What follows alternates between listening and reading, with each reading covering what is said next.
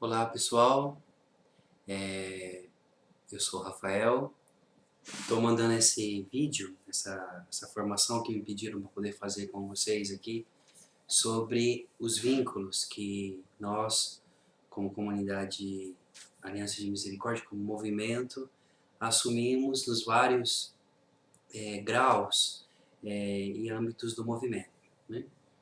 Então, antes de mais nada, quero cumprimentar você, jovem do acorde, da geração acorde, a todos aqueles que vão nos acompanhar nessa formação. Antes de mais nada, vamos consagrar a Nossa Senhora esse momento. Em nome do Pai, do Filho, do Espírito Santo. Amém. Senhor, nós queremos te apresentar, desejamos apresentar ao Senhor esse momento, para que seja um momento de graça e de bastante frutos para aqueles que desejam conhecer um pouco mais esse carisma e também sobre esses compromissos que assumimos diante de Ti e diante da Igreja. Confiamos essa formação a Ti, Nossa Senhora, que a Senhora possa nos ajudar e através do Teu Imaculado Coração nós possamos transmitir bem essa formação. Ave Maria, cheia de graça, o Senhor é convosco, bendita sois vós entre as mulheres, bendito é o fruto do vosso ventre, Jesus. Santa Maria, Mãe de Deus, rogai por nós, pecadores, agora e na hora de nossa morte. Amém. Em nome do Pai, do Filho e do Espírito Santo. Amém. Bom, meus irmãos, eu estou falando aqui diretamente de Roma, na Itália, sou com a minha família, com a minha esposa. Nós somos missionários aqui em Roma, atualmente já vai para o nosso segundo ano de missão aqui, né? Passou já o segundo ano de missão, agora estamos entrando no terceiro, e já faz mais de 6 anos que estamos na Itália, né? Antes estivemos na Sardenha, agora estamos aqui em Roma com a missão aqui que o Senhor também nos tem nos confiado. E para falar dos vínculos, nós temos que entender, antes de mais nada, aonde nasceu toda a inspiração. Antes de mais nada, nós temos que diferenciar uma coisa. Como Aliança de Misericórdia, nós somos reconhecidos pela Igreja como uma associação privada de fiéis. Ora, o que é uma associação privada de fiéis? O que diferencia uma associação de fiéis daquilo que é um instituto de vida consagrada ou de uma congregação religiosa? Aquilo que nos diferencia é o modo em como nós vivemos. Uma expressão nova do Espírito Santo nesses anos, desde o início do Concílio Vaticano II, mas até antes, já com alguns movimentos, de um modo mais específico, o movimento dos focolares, com Chiara Lubich. Depois nós também temos as obras pias, como a Opus Dei, que já com São José Maria Escrivá tinha-se não somente os consagrados enquanto uma instituição, uma prelazia, depois se tornou mais para frente, mas também a realidade dos leigos, né? Então, antes de mais nada, todos nós, como a diferença que nós, especificamente da vida consagrada, enquanto congregação instituto, é o fato que nós somos chamados, enquanto leigos, a viver em forma mais específica o nosso batismo, a promessa do nosso batismo. Claramente, teologicamente também, os consagrados das congregações, os religiosos, vamos dizer assim, também o voto de pobreza, castidade e obediência faz referimento aos conselhos evangélicos, que está ligado profundamente ao batismo. Então, a consagração, um dia podemos fazer uma formação só sobre isso, não vou entrar muito nesse específico, mas estou fazendo uma introdução. A consagração, no direito canônico, ela está ligada especificamente ao batismo. Ora, por que o batismo? Porque o batismo ele é o sacramento que nos introduz na vida em Cristo. Nós nos tornamos, então, cidadãos do céu. Nós nos tornamos membros, parte do corpo de Cristo, que é a sua igreja. Então, quando um consagrado, quando uma freira, quando um frei, né, quando um consagrado faz uma promessa a Deus, os votos simples, né, e depois os votos perpétuos, Ele está nada mais, nada menos dizendo ao Senhor que ele deseja voltar e renovar o seu batismo, em um modo mais específico, né? Agora, como que nós podemos entender, então, a realidade dos novos movimentos, das comunidades novas, né? Sobretudo, por exemplo, a nossa realidade como uma associação privada de fiéis. Ora, nós também somos chamados a sermos fiéis ao nosso batismo. O que que significa, então, o que que significa isso, ser fiel ao batismo? O que que Rafael está dizendo? Todo ano, na Páscoa, nós renovamos as promessas batismais, não é assim? Nós renunciamos a Satanás, nós declaramos que nós acreditamos, que nós cremos na Igreja Una, Santa, Católica, Apostólica, que cremos no Senhor, rezamos o creio, né? E todo domingo rezamos o creio para afirmar de novo tudo isso. Um exemplo de que nós, como cristãos, como católicos, e eu estou dizendo não só católico do rito latino, mas também católicos do rito oriental, de um modo particular os nossos irmãos ortodoxos, e os nossos irmãos também em comunhão com o sucessor de Pedro, né? Que também são de rito oriental, e também os nossos irmãos protestantes, os irmãos da Reforma, né? O que nos une em tudo isso? O batismo. Se você vai na missa, a liturgia ela nos ensina muito, é muito bonito tudo, né? Olha para o altar, né? Imagina comigo o altar. Aqui nós temos Nossa Senhora vestida de branco, que apareceu em Fátima, né? Apareceu para as crianças, para Jacinta, para o Francisco e para Lúcia, né? E aparece de branco. O que o branco representa? O branco representa as vestes batismais. Então você vai ver, desde o sacerdote, desde o bispo, desde do arcebispo, de todos a hierarquia da igreja, que quando vão celebrar a divina liturgia, os santos mistérios, eles não usam roupas como as nossas. Eles colocam o quê? A túnica, a alva, né? A túnica branca. Por cima da túnica branca, o diácono vai usar a estola transversal, junto com a dalmática. Depois nós vamos ver o sacerdote que vai usar a estola, que significa o poder regal. Desculpa que eu estou misturando italiano. Poder reinante de regal, regale, não sei agora dizer como, mas o poder de rei, né, de Cristo, que se manifesta na persona Cristo do sacerdote. Depois a casula, temos a casula romana, que é aquela mais curtinha, depois a casula mais clássica, que significa também o sacerdote que abraça o mundo, por isso quando ele abre os braços, é uma forma de um mundo no coração dele. O sacerdote é aquele que pega o mundo assim e no santo sacrifício oferece ao Senhor. E depois o bispo. Todos estes partem de um princípio. Todos os paramentos estão em cima, sobre uma única veste. Qual a veste? A veste que os coroinhas usam, que o acólito usa, que é a túnica branca. Ora, a túnica branca, como você bem sabe, é a túnica que os catecúmenos, no primeiro século, antes de descer as águas, né, eles depois que desciam as águas, desciam somente com uma espécie de um pano que cobria as suas partes íntimas, eram mergulhados, né, na pia batismal. E é interessante, se você vem aqui nas igrejas antigas, na época constantinianas, né, elas são igrejas que têm os degraus. Você desce 7 degraus, morreu, depois ressuscita com Cristo. E essa ideia de descer é fazer o caminho do Senhor, que também desceu. Então representa também a nossa morte, a água que representa o mundo. Um dia nós podemos fazer uma formação só sobre o rito do batismo. Mas o que eu quero dizer? Que esses irmãos, eles são então, nós fomos imergidos no Senhor, nessa água, nessa vida que é o Espírito Santo, essa vida que é o amor de Deus por nós, ao qual o Pai nos cria, doando o seu Filho que nos redime, e por consequência, o Espírito Santo também que se doa completamente e nos santifica. Quando terminava então esse rito, o rito do batismo, era colocado então a túnica branca, a alva branca, que até as criancinhas ainda usam depois do batismo, quando o padre coloca a vestinha branca, né?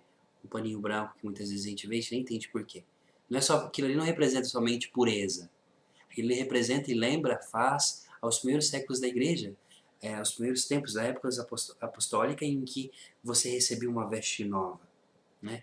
O que é essa veste nova, senão um símbolo de poder nos ensinar que nós estamos sendo revestidos, tá certo? Revestidos de Cristo. A mesma veste que o Senhor vestia naquele dia da sua paixão.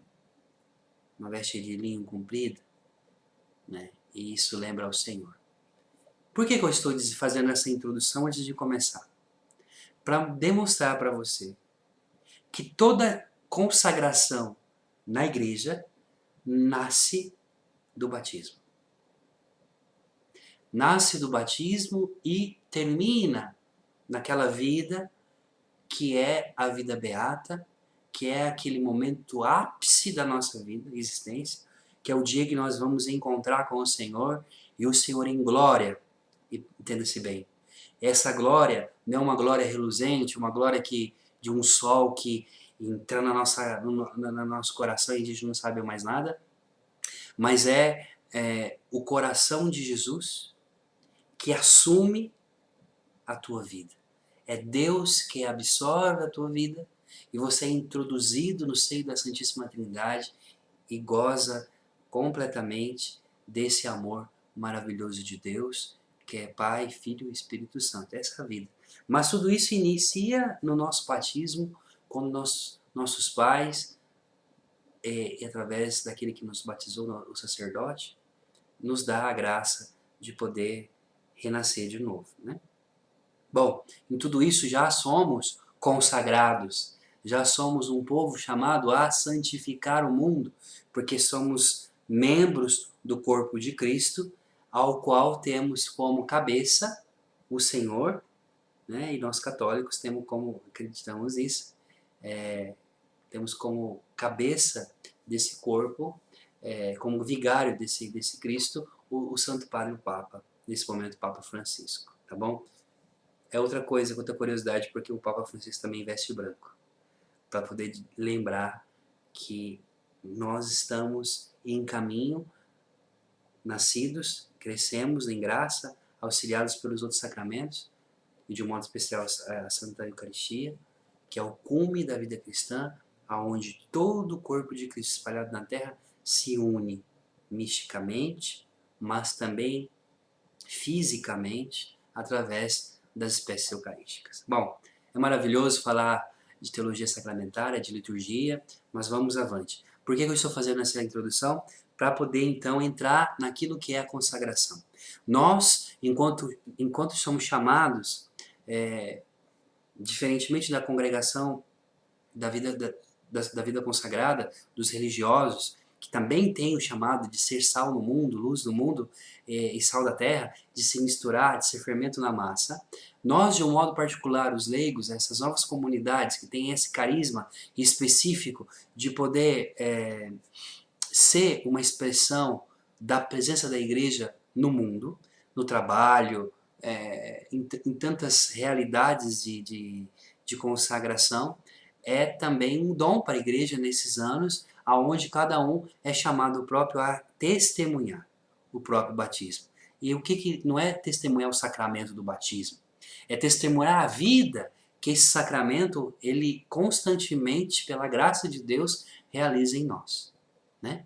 Então, através disso, quando nasce a Aliança de Misericórdia, em 1900 no começo do ano 2000, mas já no coração dos fundadores, o desejo de poder começar esse movimento, logo tem missionários e irmãos que desejam consagrar sua vida ao Senhor. Então, como todas as novas comunidades, nós vamos ter aí não os votos, tá? Para as novas comunidades a palavra voto não cai bem, porque voto é algo que é para as congregações religiosas, e o voto ele é, no direito canônico, ele tem toda uma especificidade muito completa e complexa e diferente das nossas comunidades. O que nós, como movimentos, os nossos movimentos assumiram?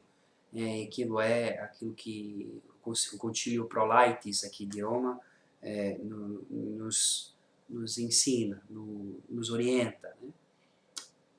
Esses irmãos fazem então promessas, ou então compromissos, ou então solenemente aquilo que nós chamamos dentro da aliança de vínculos.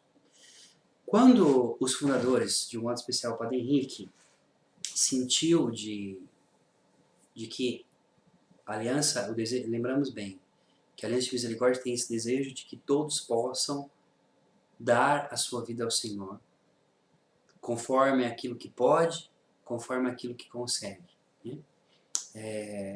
Então nós vamos ter aí a realidade da comunidade de vida, onde nós temos os vínculos de holocausto e de oblação, a comunidade de aliança, que é o vínculo de comunhão, as vítimas de misericórdia, o vínculo de expiação, e os nossos amigos, que é o vínculo que fazem os vínculos de participação.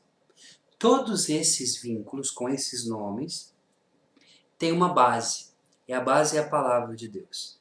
Lembremos que nossos estatutos, aquilo que nós nos consagramos à palavra de Deus. Nós não nos consagramos ao estatuto, mas à palavra de Deus. Então, ao Evangelho. E é interessante que quando, então, nasce esse sentimento, esse desejo de poder, de alguma forma, se consagrar ao Senhor através dessas palavras, o padre, no seu coração, os padres nos seus corações, mas eu falo especificamente ao Padre Henrique e Antonello também, Maria Paula, claro, eles sentiram então que os vínculos tinham que ter uma referência, um nome, e a referência é na palavra. Então, nós vamos tratar aqui o nome de cada vínculo. E esses vínculos eles são ligados aos sacrifícios antigos que os hebreus ofertavam ao Senhor no altar. Desde Gênesis nós vamos ver isso, enfim.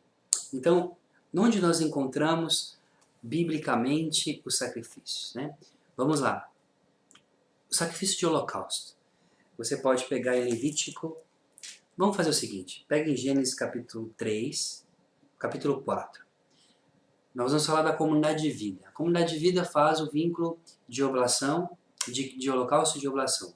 O vínculo de holocausto dos celibatários, que é o sacrifício total a Deus, queimado, dado, e não sobra nada, nós vamos entender o porquê disso. É um sacrifício que tem que ser um perfume a Deus, que sobe. E os vínculos de oblação, que casais missionários, como eu e Lilian, mas também missionários no mundo, pode ser celibatários, mas que não vivem dentro de uma comunidade de vida, mas fora, especificamente, não vivem dentro de uma fraternidade, desculpa, mas são comunidade de vida e vivem externamente, também são chamados, que é o vínculo de oblação. A comunidade de aliança, o grupo arco-íris, aqueles irmãos que têm um vínculo mais estreito, que é o segundo elo, o vínculo de comunhão.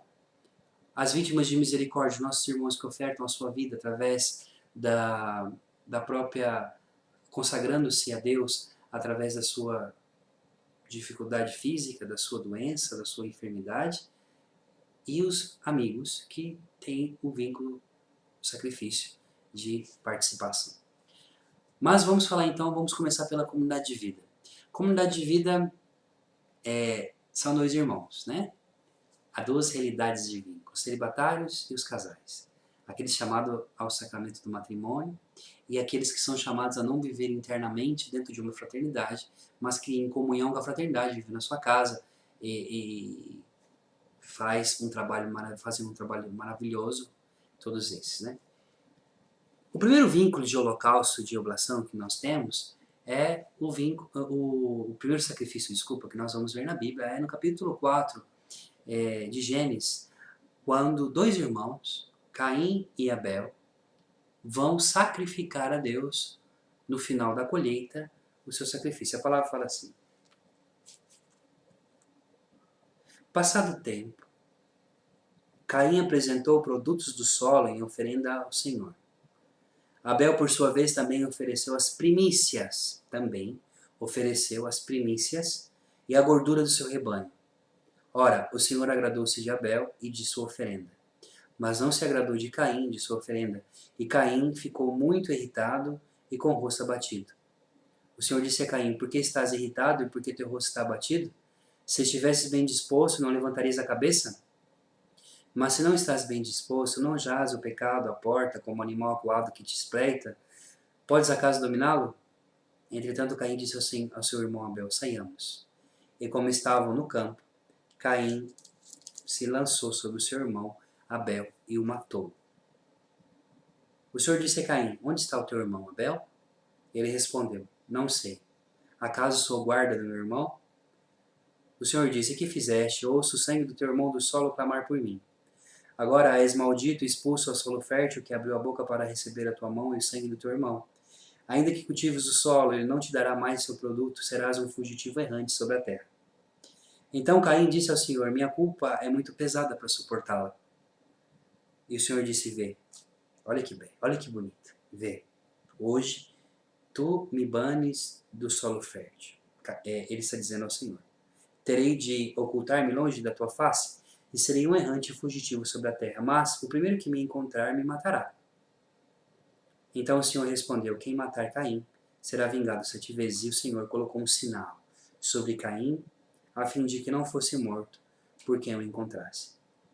Caim se retirou da presença do Senhor e foi morar na terra de Nob, a leste do Éden. Nós estamos aqui, começando a ver então a história de 2 irmãos, que é a tradição dos pastores, é a tradição dos agricultores, que trabalham a terra. O sacrifício de holocausto é o sacrifício que Abel ofereceu ao Senhor. O que significa isso? Ele ofereceu as primícias, mas todos os sacrifícios são as primícias do Senhor. O que significa isso? Significa que um pastor que tivesse as suas ovelhas, ou um agricultor que tivesse as suas sementes para poder plantar, o primeiro fruto da terra do agricultor e as primeiras crias do rebanho que ele tivesse, ele oferecia ao Senhor. Agora, olha que bonito e que gesto forte esse, de você poder, depois de 1 ano de trabalho, quem já trabalhou na roça sabe como é, quem já cuidou de rebanho sabe como é, você tem um trabalho enorme, grande, de poder pastorear suas ovelhas, fazer elas irem para outros pastos, e finalmente elas começam a reproduzir, e a primeira reprodução dessas ovelhas, os primeiros que nascem, vamos supor que você tem 100 ovelhas, nascem os primeiros 10 cordeirinhos, esses 10 primeiros cordeirinhos, os primeiros que saíram, as primícias, deveriam ser ofertados ao Senhor. Em como? Em sacrifício de holocausto. O que significa isso? O sacrifício de holocausto era o sacrifício que se colocava sobre o altar, já depois muito avante, mais para frente, no templo em Jerusalém, mas depois a gente vai ver isso no tabernáculo também no deserto, diante do altar, o altar dos holocaustos, maravilhoso, que tinha uma rampa enorme que você tinha que subir. E aqui tem uma coisa bonita. O cordeiro, quando o sumo sacerdote ia no redil buscar o cordeiro é assim. Eu já vi isso acontecer, né? Quando o cordeirinho tem que morrer, o pastor ficava, ou o sacerdote ficava em cima de um lugar alto, parado. O cordeirinho que subisse primeiro era o primeiro que ia ser sacrificado. É o cordeiro que escolhe o pastor. E aí a gente entende quando Jesus, o Cordeiro de Deus, disse aos seus discípulos: não fostes vós que me escolhestes, mas fui eu que vos escolhi, para que vocês possam produzir frutos. Esse produzir frutos, Jesus nos ensina mais para frente, que não existe fruto sem morte. Não é então? Não é verdade? e que não, se o grão de trigo não cai na terra e não morre, ele não produz fruto. Então Jesus está dizendo, eu vos escolhi para que vocês produzam frutos, mas quem vai morrer sou eu. Tá certo? Então, os nossos irmãos celibatários da comunidade de vida, que fazem o sacrifício, o vínculo do sacrifício de holocausto, ele simbolicamente ele está dizendo a si mesmo, à igreja, à sociedade, o seu compromisso, sempre em linha com o batismo, de ser totalmente do Senhor. Não, como dizemos, né? Ser de todos e não pertencer a ninguém. Entendeu? E pertencer somente a uma pessoa, que é o nosso Senhor. Então, o que acontecia? Então, depois o sacerdote pegava aquele cordeiro, sacrificava, transpassava o cordeiro na sua de um lado ao outro, né, transpassando o seu peito com a cutelata embaixo. Interessante que José é o Cordeiro de Deus de novo, e ele é transpassado com uma lança, o seu coração. Olharam para aqueles que os transpassaram, e ele é o Cordeiro, né? E depois ele vinha sacrificado, queimado totalmente, junto com incenso. O que acontecia? Que quando esse cordeiro queimava, essa fumaça subia aos céus. E isso representava que aquele sacrifício estava levando a Deus toda a gratidão do sacrificante, do povo, quando era no Pessach, na Páscoa, por aquilo que Deus fez aquele ano. Tá certo? Então o sacrifício de holocausto oferece tudo a Deus. Muito bem. Na sua vida, no seu modo de fazer. Então, de alguma forma, é como se esse sacrifício pegasse da terra e através daquela fumaça que sobe, é como que a vida do celibatário, daqueles do holocausto, é de poder reunir a sua realidade local e com a própria vida ser vítima e elevar a Deus todas as coisas. Isso tem o seu culmine maior no santo sacrifício da missa, na ceia do Senhor, na Santa Missa que nós celebramos, tá certo? Mas tem um porém aqui. Nós estamos falando de Caim e Abel, certo? Caim e Abel ofereceu tudo. E Caim, o que aconteceu? Caim teria que oferecer ao Senhor também as primícias.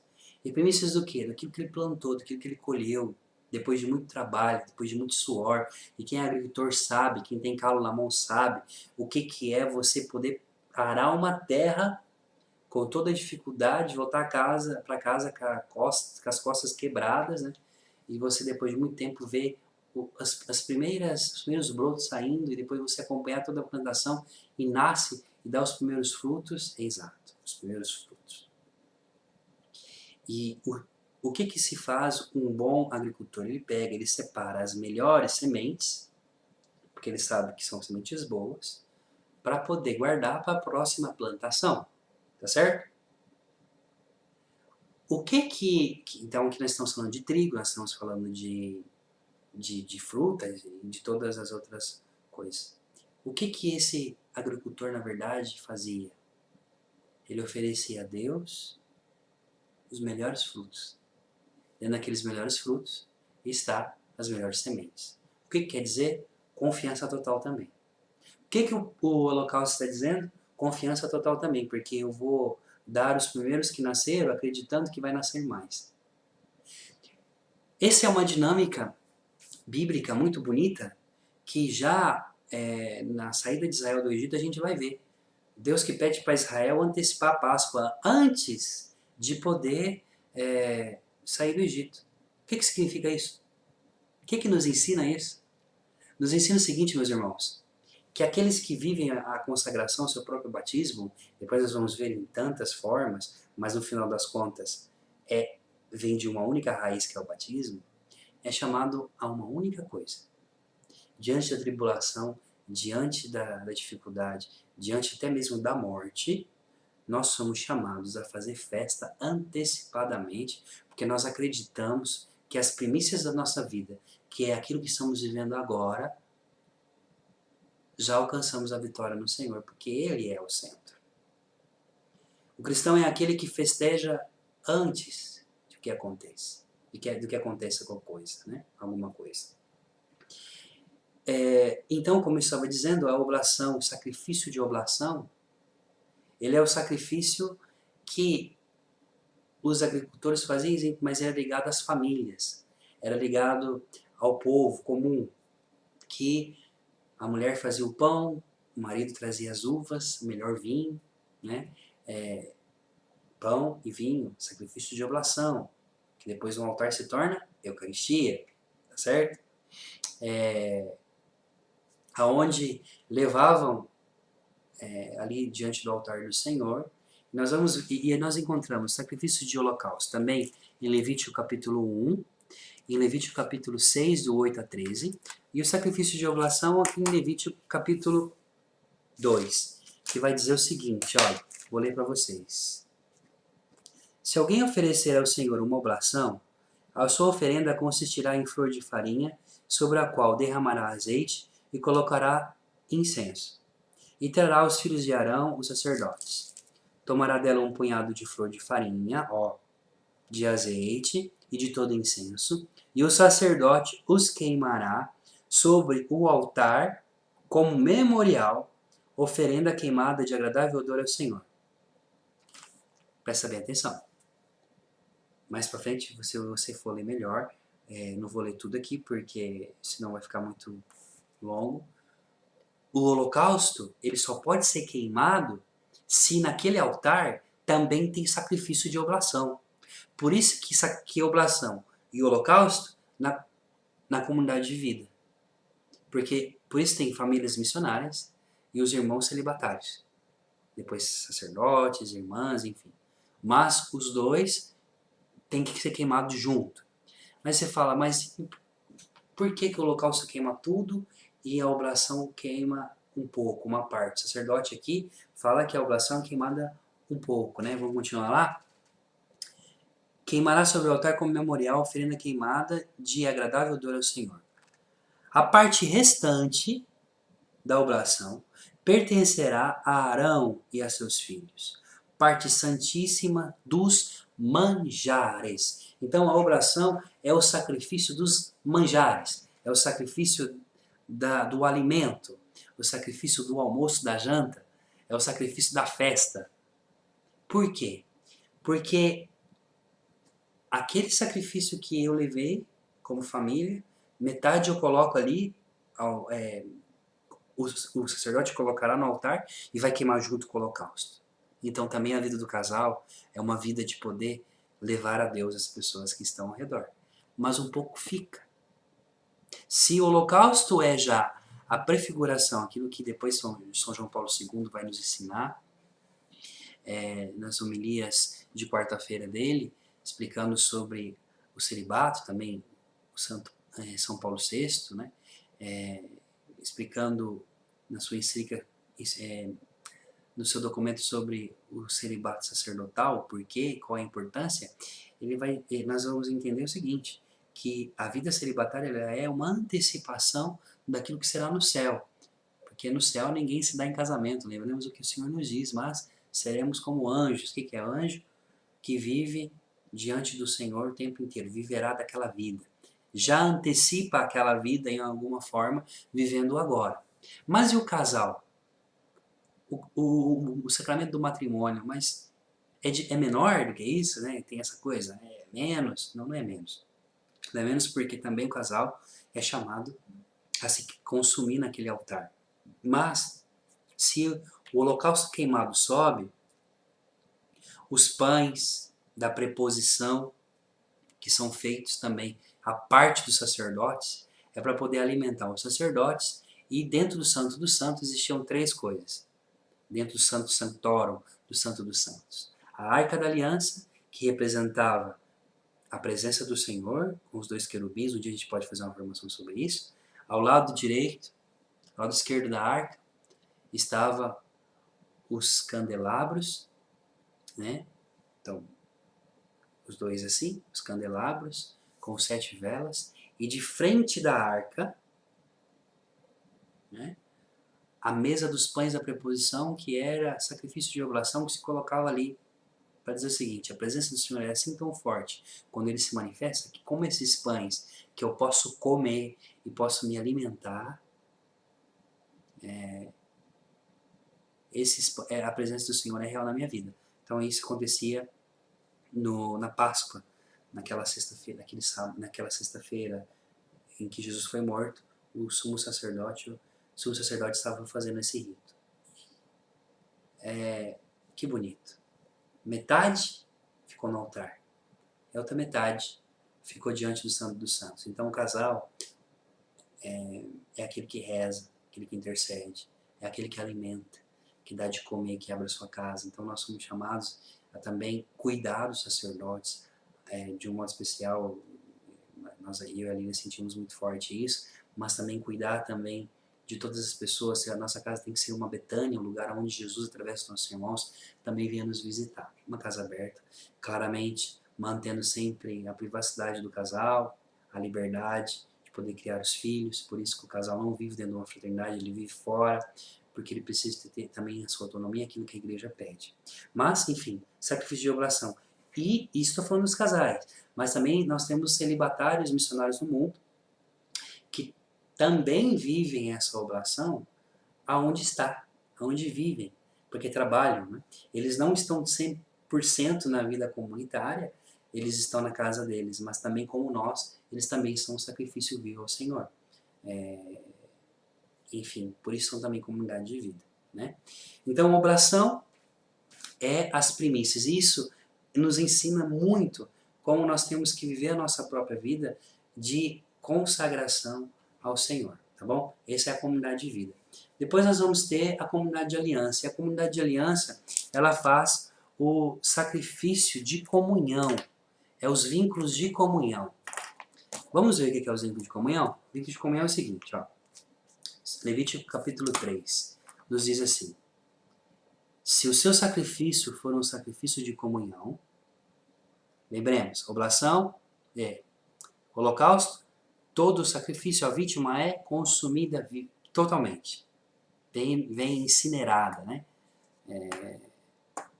Sacrifício de oblação, a vínculo de oblação, metade no altar, uma parte diante do Santo dos Santos e uma parte na boca dos sacerdotes. Quer dizer, essa é a visão tríplice, a missão tríplice da oblação, dos missionários, daqueles que fazem vínculo de oblação. Diante de Deus, diante da igreja e diante de Deus através do holocausto, junto com os irmãos de comunidade de vida, os holocaustos, diante do Senhor como intercessores da igreja e como alimento, tá bom? Por isso que a gente lembra que Belém é a casa do pão, né? Jesus nasceu em Belém, na casa do pão. E agora a gente tem um sacrifício de holocausto, de comunhão, que diz: se o seu sacrifício for um sacrifício de comunhão, e se oferecer um animal grande, preste bem atenção, macho ou fêmea, será animal sem defeito que oferecerá perante o Senhor. Colocará a mão sobre a cabeça da vítima e emolará à entrada da reunião. Em seguida, os filhos de Arão e os sacerdotes derramarão sangue sobre o altar em redor. Olha só, oferecerá uma parte desse sacrifício de comunhão como oferenda queimada ao Senhor. A gordura que cobre as entranhas e toda a gordura que está sobre as entranhas. Os rins, a gordura aderente a eles e junto os lombos, a massa gordurosa, o fígado e rim. Quer dizer, e depois os filhos de Arão queimarão essa parte no altar em cima do holocausto. Olha lá, o sacrifício de comunhão também é queimado junto com o holocausto. Olha como que vai se entrelaçando.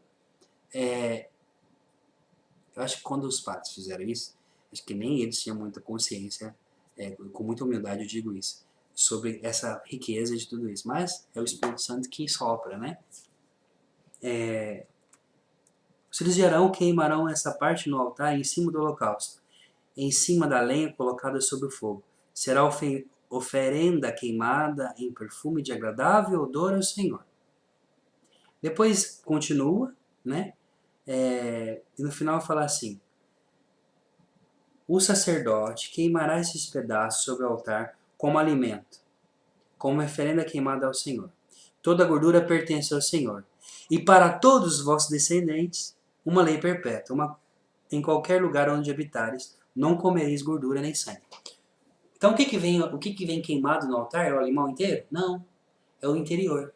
Toda a parte interior do animal vem colocada também no altar dos holocaustos e queima junto com o holocausto. E aí, Rafael, fica o resto da carne. O que acontece? Churrasco. Por isso chama sacrifício de comunhão.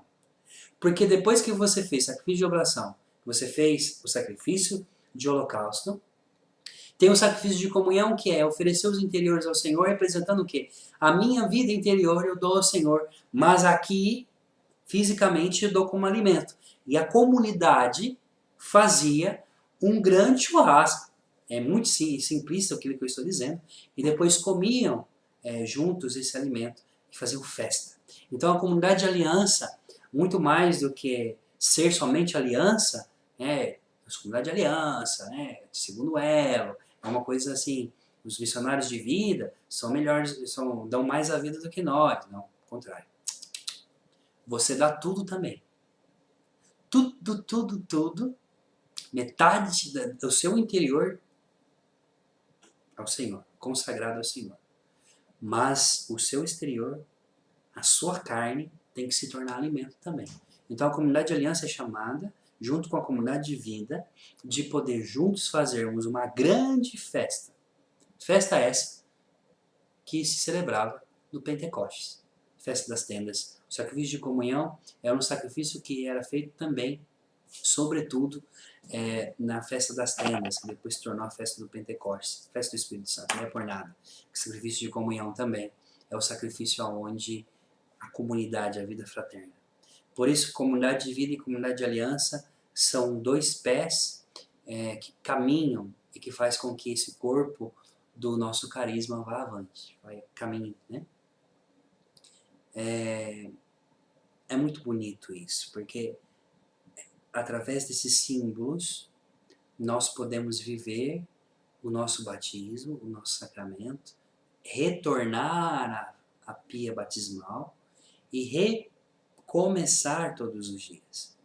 Com aquela alva branca, eu me torno vítima também com o Senhor na cruz. Tá certo? Um quarto vínculo que nós temos é o vínculo da expiação, das vítimas de misericórdia. As vítimas de misericórdia, elas não estão necessariamente colocadas, nem as vítimas de misericórdia, nem os amigos, dentro de uma estrutura tipo comunidade de vida, comunidade de aliança, está fora ou dentro. Por quê? As vítimas de misericórdia são os nossos irmãos, aqueles que são chamados como Paulo Roberto, que viveram a própria vida na sua doença, né? Paulo Roberto foi a primeira vítima de misericórdia nossa, que tinha um câncer no rosto. Muitos de vocês já sabem essa história. Ele morreu com 19 anos com câncer. O câncer foi comendo o seu rosto desde pequenininho, desde a idade de 2 anos. Ele tinha câncer de pele, sofreu muito. E esse menino ofereceu ao Senhor tudo aquilo que ele tinha na sua casa, numa cama. Ele tinha o sonho de poder ser guarda florestal, de correr as montanhas, e ele nunca conseguiu fazer isso, porque Paulo Roberto viveu a sua vida como uma vítima, num altar. A sua cama se tornou o seu altar, né? E ele foi sim um perfume agradável a Deus. Sacrifício de expiação. Eles fazem, as vítimas de misericórdia oferecem a Deus o seu sofrimento para a conversão dos pecadores, para a intercessão pela igreja, e se colocam como vítimas daquele altar, né? E é muito lindo porque os padres nos dizem, a Maria Paula também nos dizia, os fundadores diziam que as vítimas de misericórdia são as nossas pérolas, o nosso tesouro. E você vai encontrar vítima de misericórdia na comunidade de vida, na comunidade de aliança, nos amigos. É uma analogia que eu fiz. Se a comunidade de vida e a comunidade de aliança são duas pernas do movimento, as vítimas de misericórdia são o coração de Jesus. São configurados ao coração de Jesus, que pulsa, colocando o sangue ruim para fora, oxigenando e trazendo colocando o sangue bom para fora e trazendo o sangue ruim para dentro, colocando o sangue bom para fora, trazendo o sangue ruim para dentro, oxigenado. O que quer dizer com isso? É através desse coração sofredor, transpassado por uma lança, que as vítimas de misericórdia têm como ícone. É maravilhoso, é uma consagração. Nem precisava de fazer um vínculo de consagração, porque todos aqueles que sofrem alguma doença, uma enfermidade e oferecem ao Senhor já estão enraizados do seu próprio batismo, né? Eles fazem parte já daqueles que do corpo de Cristo que intercede de um modo muito forte. Então, as vítimas de misericórdia deveríamos ter em todos os grupos, em toda a nossa realidade, as vítimas de misericórdia, porque são os melhores e maiores intercessores que nós temos. São velas vivas, como essa vela que está aqui acesa para Nossa Senhora. Desculpa que eu misturo italiano, então algumas vezes alguma palavra meio esquisita, né? Tá certo? Vamos ver então o que é o sacrifício de expiação? O sacrifício de expiação, que é o sacrifício também chamado de sacrifício pelo pecado, ele consiste nisso. Capítulo 4 do Levítico. O Senhor falou a Moisés e disse: Fala aos israelitas e diz-lhe: Se alguém pecar por inadvertência contra qualquer um dos mandamentos do Senhor e cometer uma dessas ações que não são permitidas, se for o sacerdote consagrado pela unção que pecar e tornar assim o povo culpado, oferecerá ao Senhor pelo pecado que cometeu um novilho, animal grande, sem defeito, como sacrifício pelo pecado. Olha isso, levará o novilho diante do Senhor. A vítima de misericórdia é esse novilho, tá certo? Que é diante de Deus a sua consagração.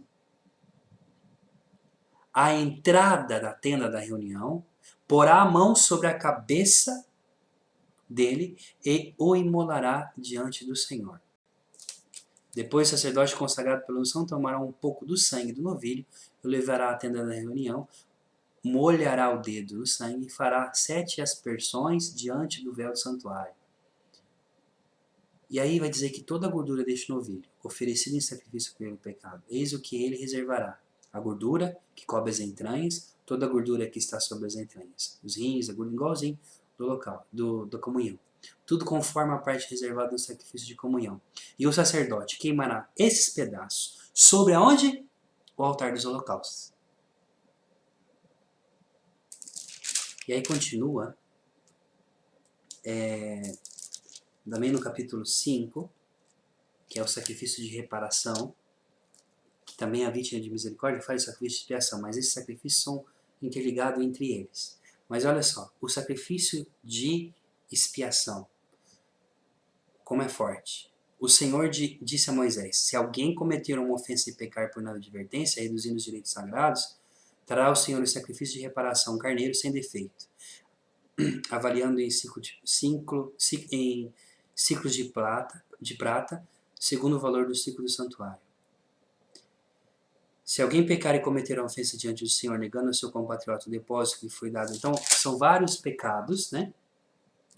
E aí, nesse sacrifício, a coisa mais forte está nisso, que capítulo 7 de Levítico diz assim: imolará-se a vítima onde se imolam os holocaustos, e o sacerdote derramará o sangue dela sobre o altar e ao redor. Oferecer-se-á dela toda a gordura. O sacerdote queimará esses pedaços no altar como oferenda queimada para o Senhor. É um sacrifício de reparação, e todo varão entre os sacerdotes poderá comer dele. Comer-se-á em um lugar sagrado, porque isso é coisa santíssima. Então, meus irmãos, o sacrifício de expiação é aquele sacrifício de um animal que se oferece a Deus, que se dá, um animal que é oferecido a Deus, desculpa, por uma coisa específica. Nós estamos sacrificando, o pastor está dizendo, eu estou sacrificando aqui o melhor carneiro. O carneiro que vai me dar a possibilidade de poder ter novas ovelhas e novos cordeiros. Eu vou sacrificar ele. Então, é um outro sacrifício de fé, onde ele sacrifica pelo seu pecado, pelo pecado da comunidade. Então, o sacrifício de expiação é um sacrifício que tem como missão também aplacar a ira, bem entre aspas, a ira de Deus. Quer dizer isso? Invocar sobre a comunidade a misericórdia de Deus. Então, as vítimas de misericórdia são, diante de Deus, aquela interpelação, se podemos dizer assim, ao Senhor, de dizer, age com misericórdia, porque eu estou aqui oferecendo a minha vida. Isso nos faz lembrar muito as cartas de paz dos cristãos. Vocês sabem que na história da igreja nós temos a realidade dos lapsos. Os lapsos eram aqueles que eram os cristãos que no momento do sacrifício, no momento do martírio, não conseguiam levar avante o próprio martírio. Então eles renegavam a Cristo, sacrificavam os deuses, né?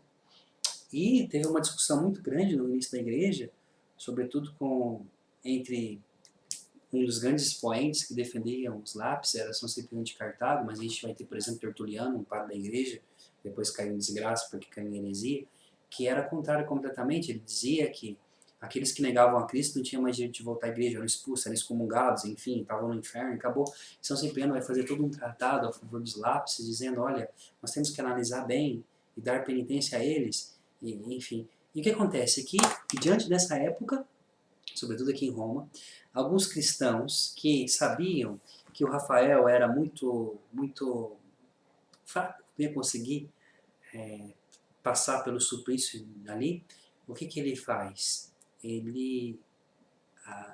Lília, minha esposa, né, dizer, olha, o Rafael não vai conseguir hoje morrer, ele vai renegar o Senhor. Então, ele escrevia uma carta para o bispo local, para o chefe da comunidade local, dizendo, amanhã vai ser o meu martírio, e eu vou oferecer a minha vida como reparação para a vida do Rafael, que não foi fiel.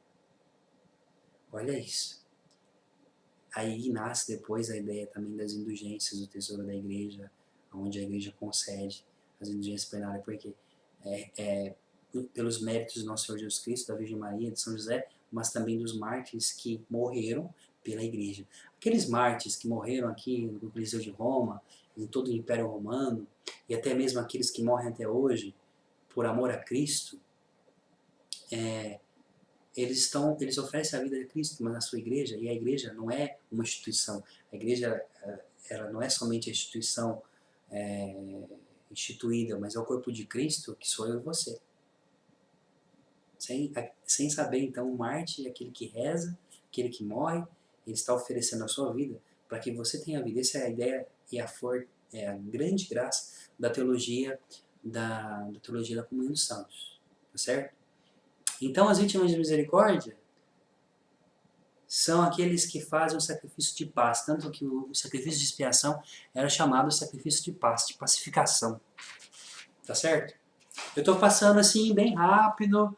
Um dia a gente pode fazer formação específica só sobre cada coisa e o que isso traz na nossa vida, tá bom? Mas o que nos leva a tudo isso, de novo, ao batismo? Por quê? Nós somos santificados no batismo, somos chamados a uma nova vida no Senhor, santificados, redimidos em Cristo, introduzidos nessa vida do Senhor e santificados no Espírito Santo, que nos dá a graça de também que, como Ele se doa, que cada um de nós também nos tornemos um dom um para o outro. Então, é se colocar na frente. As vítimas de misericórdia são, de alguma forma, na batalha espiritual, a tropa de elite que vai na frente, tá bom? Que dá a vida. E para mim eles são os ícones, assim, de como são um exemplo para mim.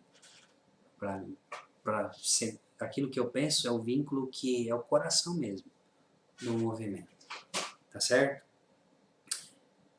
Então, os vínculos de expiação. Nós falamos de holocausto, oblação, comunhão e expiação. E depois nós temos o vínculo de participação, ou sacrifício, e eu diria, chamaria isso aqui de sacrifício de louvor. Por que sacrifício de louvor?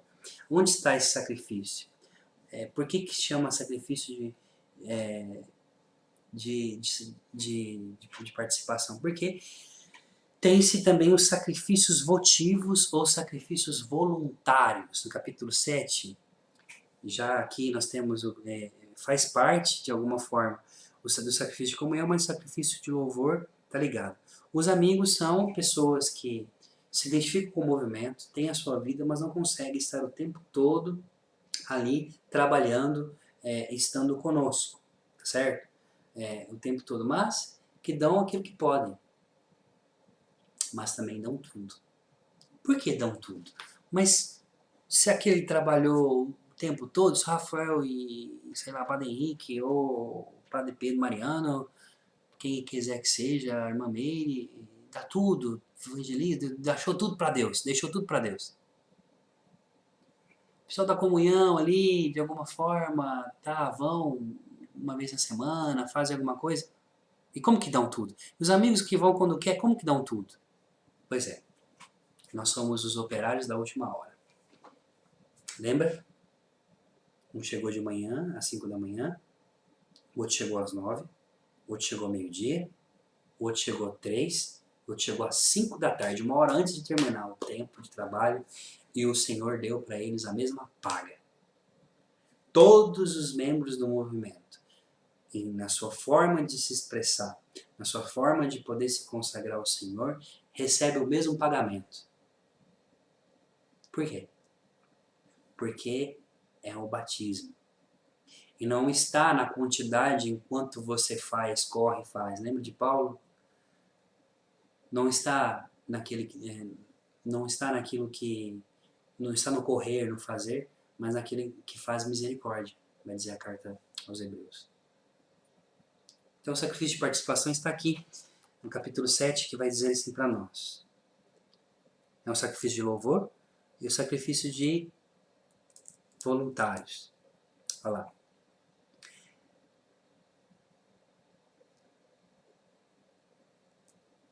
Se acrescentar algo a um sacrifício com louvor, ajuntar-se a este uma oferenda de bolos sem levedo, amassados com azeite, de fogaça sem levedo, sem levadura, sem fermento, untados com azeite. Ajuntar-se-á, portanto, essa oferenda aos bolos de pão fermentado, ao sacrifício de comunhão, olha lá, com louvor. Apresentar-se-á um dos bolos dessa oferenda como tributo ao Senhor. Ele pertencerá ao sacerdote que vai espargir o sangue do sacrifício de comunhão. A carne da vítima será comida no mesmo dia em que se fizer a oferenda, sem nada deixar dela para o dia seguinte.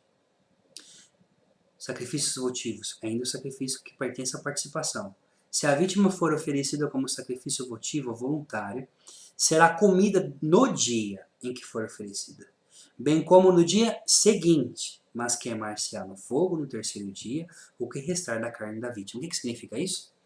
Que se o sacrifício de holocausto é queimado totalmente, de alguma forma é uma instabilidade, também a oblação, uma estabilidade, nos diz de uma estabilidade, de mais constância, que o sacerdote pode levar depois as carnes para casa, os pães e a semente, enfim, fazer quando ele quer. O sacrifício de louvor e de voluntário tem que ser comido no dia já ou no segundo dia, porque no terceiro dia já não pode mais. Nossa, Rafael, mas isso aí lembra a gente lá do Senhor Jesus que ressuscitou no terceiro dia? Pois é, o Senhor ressuscita no terceiro dia por quê? Ele ressuscita no terceiro dia para dizer que ele é o grande louvor ao Pai e que ele é o grande sacrifício. E é por isso que ele leva com ele tudo aquilo que tem. Ele é o grande voluntário. Voluntariamente se entregou. A gente tem ele se entregou voluntariamente. Ninguém me tira a vida, sou eu que a dou livremente. Então, o amigo, ele é chamado a ser, no tempo em que ele vai na comunidade, ele pode dar 1, 2, 3 dias, né, talvez no mês, ele tem que dar tudo naquele dia.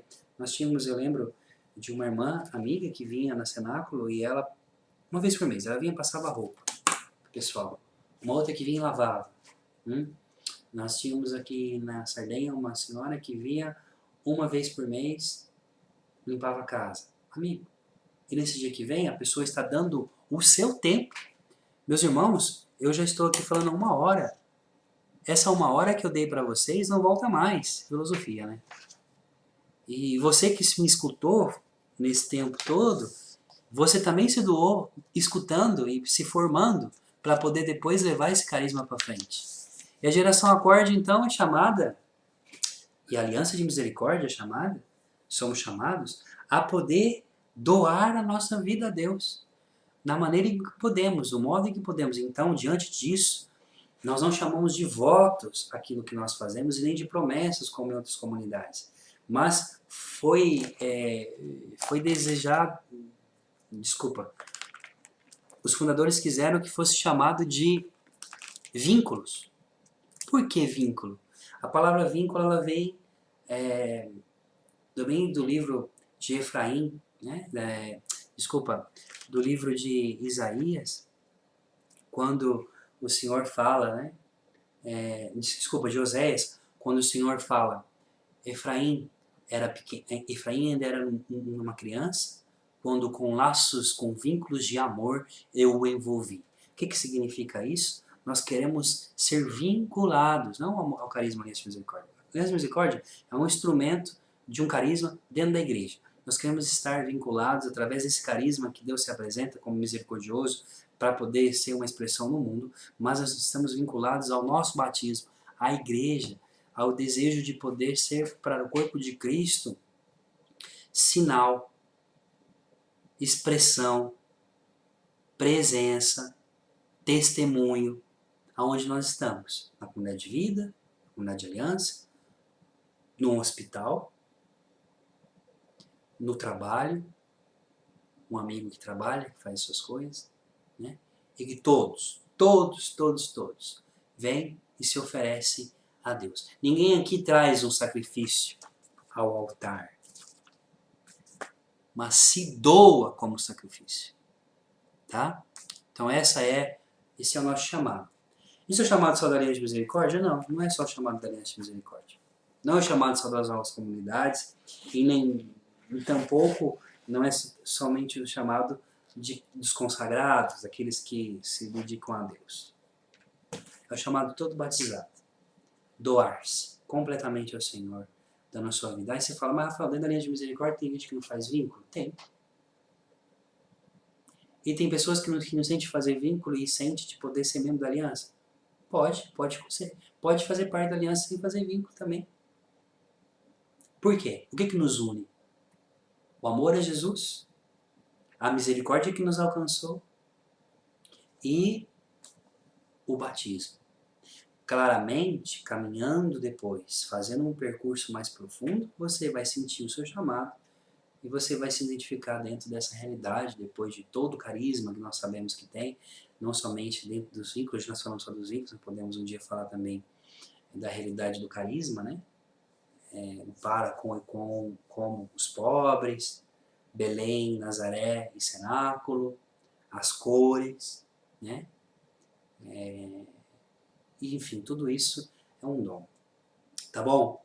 Eu agradeço a vocês, eu desejo do fundo do meu coração que esse movimento que Deus suscitou dentro da aliança, não somente eu falei do acorde, mas estou falando também dos vocacionados, porque eu acho que esse vídeo também vai para os vocacionados da aliança, você possa refletir e descobrir dentro da aliança e dentro da igreja essa beleza de poder ter sido batizado, de ser membro do corpo de Cristo, mergulhado nessa água, se alimentando dos sacramentos, que Cristo nos alimenta dele e se doa neles, em cada sacramento, né? E se doa de um modo particular no domingo, na Santa Ceia, na Santa Eucaristia, na ação de graças ali. É a síntese de todos os sacrifícios, porque Cristo é a oblação, mas ele também é o holocausto, ele também é a comunhão, porque ele reúne e nos faz louvar. Eucaristia significa ação de graças. Ele também é a vítima que se oferece. Lembra da oração eucarística quinta, que para mim é maravilhosa, que diz, é Ele, o sumo sacerdote verdadeiro, que se oferece. É sacerdote, mas também se oferece. Ele é o amigo. Ele é o amigo. João Batista falou que ele era o amigo do esposo e que ele ia preparar o esposo para a festa. Pois é, mas Jesus também é um amigo. Já não vos chamo mais servos, mas amigos. Porque o servo não sabe aquilo que faz o seu Senhor, né? Então é isso, meus irmãos.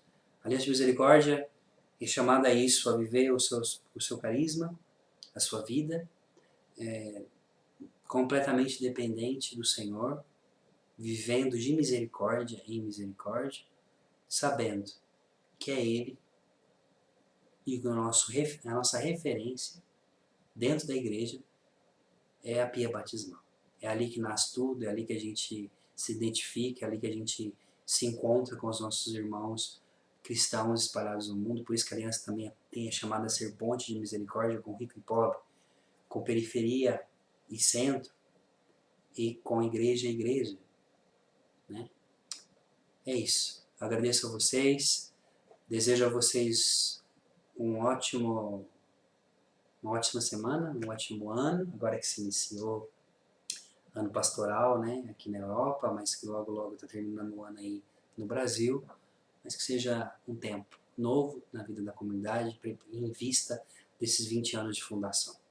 Que Nossa Senhora de Fátima, que ensinou os pequeninos a oferecer a sua vida como sacrifício de vítima, que ensinou Francisco a ser um adorador escondido, que ensinou Lúcia a ver a sua presença, as visões do céu e a sonhar com Ele, possa nos dar a graça de poder também lembrar que aquelas crianças que lembram também a pureza do batismo possam estar dentro de nós. Possamos de novo voltar a sonhar com o céu e a fazer dessa vida passageira uma passagem para o céu e voar, né? É assim que se fala. Um abraço para vocês, rezem por nós, pelas missões aqui também, e nada. Amém. Glória ao Pai, ao Filho e ao Espírito Santo, como era no princípio, agora e sempre, pelos séculos dos séculos. Amém. Tchau, meus irmãos, espero vê-los logo. Depois eu quero dizer rapidinho para vocês, quem não é inscrito também aí no meu Instagram, acho que depois eu vou pedir para colocarem no Instagram aí, o canal. Eu vou começar mais para frente fazer formações também específicas de filosofia e de teologia, então desejo também ser um instrumento aí também de conhecimento para aqueles que querem, tá bom? Um abraço para vocês, Deus os abençoe e Aliança de Misericórdia, 20 anos, rumo ao coração de Jesus. Um abraço.